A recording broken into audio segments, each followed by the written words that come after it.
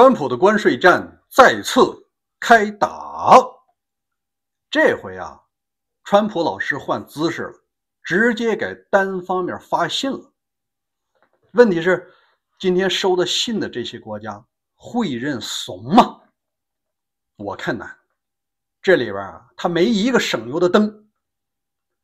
大家好，我是大卫，我们一起分析新闻背后的真相。今天是7月7号，照例聊5件要闻。第一件事，川普老师发信了，有的给盟友啊25%，有的可就高达40%了。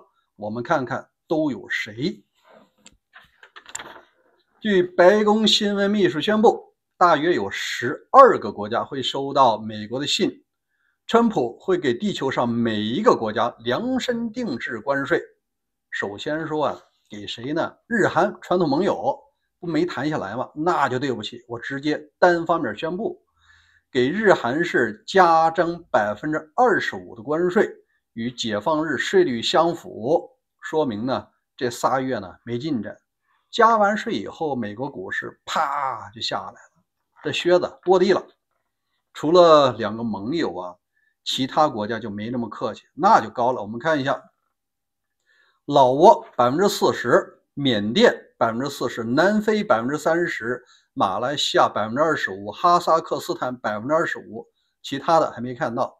这商务部长直接就透了底了，他说不用谈，没有空间，这是川普总统定的，他说多少你就是多少，8月1号开始生效。另外呢，这个财政部长贝森特呀说了一句话，他说这个呢不是说10天内就要谈成啊，因为很多国家呢根本就没来联系我们。咱们来分析一下这些国家为什么过去的3个月，从4月份到现在没来谈。他们商量好了，可以这么讲，如果来谈呢，这个税率不会有太低。那既然这样的话，那我们为什么要冒着丧失民众支持的风险来跟你谈呢？谈回一个不好的东西，还不如不谈呢，干脆一硬到底。因为啊，他们也有底儿。如果大家能够团结一致，都不来谈的话，最终呢，你这些税率啊，我们不会让，因为本身利润就挺薄的了。那谁来出这个税呢？不还是美国消费者吗？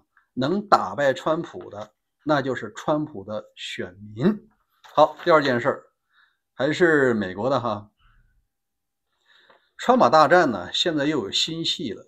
首先我们来宣布一下呢，美国司法部以及下属的 FBI 联邦调查局，他们对于这个罗利岛事件有一个定论，跟以前想的完全不一样。我们来看一下，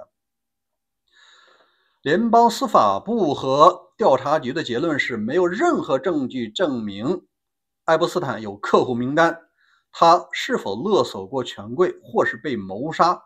但是啊，川普在竞选时公开呢，他要宣布这个客户名单，但是呢，真正拿到权力以后，人家说了没有这事儿，他没有名单，死的也不是谋杀，他就是自杀的。这不明显180度大转弯吗？我想呢，应该是底下人一看名单，很多人呢不适合公开，甚至有自己的顶头上司，这名单能往上报吗？那只能是说啥都没有啊。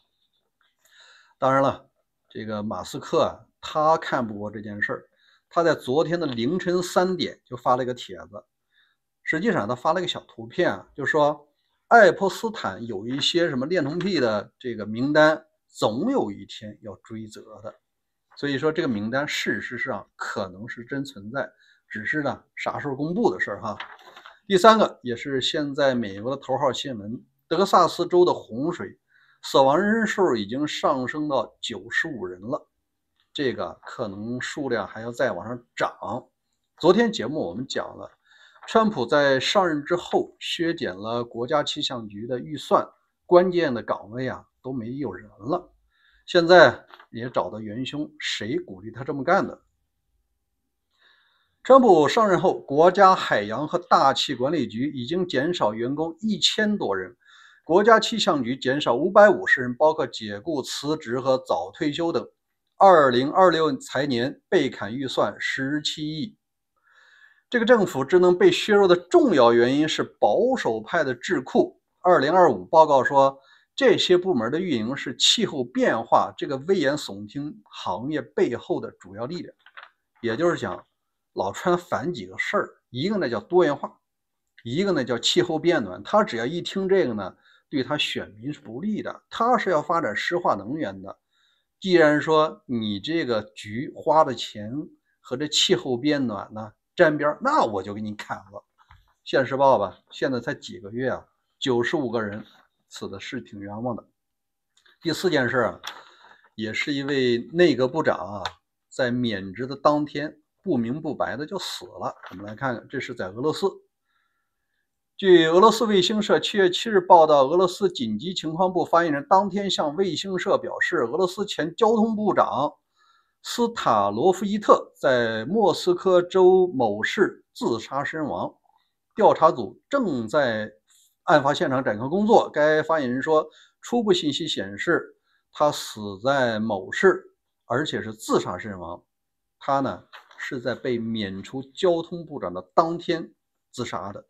但是在车里边，他说是自杀呢，现在不知道啊。因为在这个俄罗斯联邦有些官员死法通常是从楼上摔下来啊，现在等于换了一个新的，说明啊太多了以后啊，这美国民众啊或者是俄罗斯民众啊都烦了，稍微得有点新意哈。第4个是关于中国的一个事儿，就是甘肃兰州有一些幼儿园检测出来了铅超标。我看了一下报道，在20年前，就是在2005年也有一回，20年以后啊，查出来的是一样的，连查的医院都是一样的。我们来看报道。据央广网今天记者了解到，甘肃兰州市麦积区市场监管局和公安局接群众反映，查获一起某幼儿园违规使用添加剂导致部分幼儿血铅异常的案件。相关专家和有关部门组成的联合调查组，快速开展流调溯源、医疗保障以及相关工作。目前对血铅异常幼儿的医疗和营养干预、心理疏导等工作正在科学有序进行，对涉事幼儿园负责人立案侦查，对负有监管责任的相关部门将严肃追责，其他相关调查工作正在有序进行。央广新闻记者。别的不多说了，孩子如果说集体都查出来血铅超标呢，它可能不是今天发生的事儿，应该是至少有半年以上的积累才有这个。